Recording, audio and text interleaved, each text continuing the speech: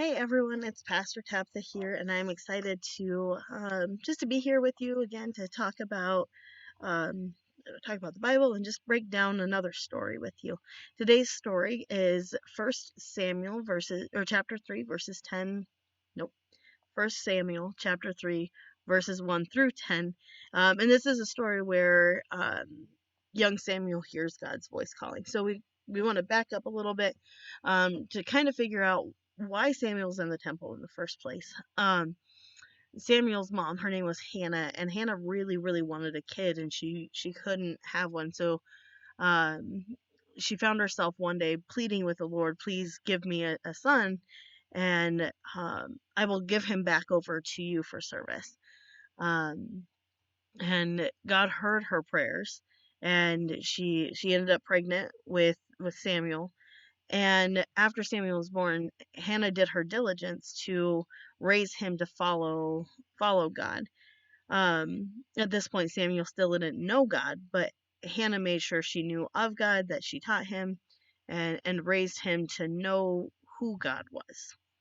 And when Samuel came of age, she took him to the temple to study under Eli, and to learn from Eli what it meant to be a servant of God.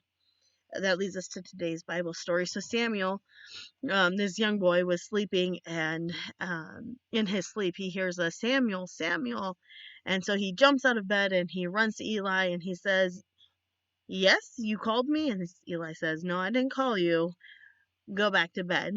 Um, so he goes back to bed, and again, while he's sleeping, he hears Samuel, Samuel. So Samuel jumps out of bed, runs to Eli, and says, "You called?" And Eli said, "Nope, I didn't call you." So Samuel went back to bed. And again, he hears Samuel, Samuel. And so Samuel jumps out of bed and again rushes to Eli. He said, "You called me?" And Eli goes, "No, I didn't call you, but..." And then he realized God was calling Samuel. And so he says, "It's not me, it's you. So next time um, when you hear the voice calling you, it's God calling you, and respond with, 'Speak, Lord, for your servant is listening.'" So kind of confused because again, Samuel didn't have an encounter with God at this point in his life. He went back to bed, and as he was asleep, he hears Samuel, Samuel, and at this he sat up, recognized God's voice calling him, and says, "Speak, Lord, for your servant is listening." Now, this was the first encounter that Samuel had with God, and the encounters moving forward, he was going to have to deal with some pretty heavy stuff, including um, informing his mentor that he wasn't going to get to be in heaven because of the choices that he and his sons had made. I can't imagine telling your mentor, "Hey, by the way, you're not going to get to be in heaven because of the choices you made." Just that'd be some pretty big business. But on top of that, Samuel was given some really big jobs that we'll unpack in weeks to come. Um, but none of that would have happened if Samuel didn't stop to listen to God's voice. Like, I know that when we wake up after a dream, we're like, "Oh, I had this dream," and we don't really think much of it because it was something that just kind of happened in our sleep. And Samuel could have done that, but he knew that this voice, this thing that was going on when he was sleeping, um it wasn't a dream. He knew he was being called. Um and at this point he hadn't had that encounter with God, so he didn't know that that was God calling him. So he went to the one person he knew would be calling him, that would be his mentor Eli that he lived with.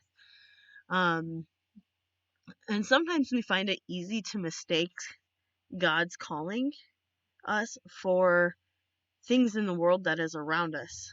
Um, we might think that God is telling us to um, go talk to a stranger, but we might think, "Oh, it's just me being nice. This person just needs somebody to be nice to them." So we still respond, but we don't respond recognizing God's handiwork in it. Um, and I think that we need to be diligent to be listening for what is God's call, and be discerning for what is God's call. Because again, we might not always understand, is God actually calling me, or is it something else? Um, and this is where other people in our life come in. And it's important to have other brothers and sisters in Christ to come alongside of us to help us discern whether or not it's God calling, or whether or not it's something that we might be thinking up, even for ourselves. Uh, because for Samuel to understand that God was calling him, he had to go to Eli. He had to go to his mentor, to somebody who knew God, and who also was following after God. And so he goes to Eli and he says, "Hey, you called me." And Eli gets it. Eli sees that God is encountering Samuel in the same way. And so for this week, I want us to remember that we need to pay attention and not mistake what we think might be just a coincidence for God's voice. And we need to make sure we're not just or thinking that God's voice is just a coincidence. Like, God is intentional at work in all things. But when we just don't know if we're understanding God's calling us correctly, to reach out and to talk to those people in our life, and those people who have faith also, and help them listen and know whether or not it is God who is calling us. Bye guys, I'll see you next week.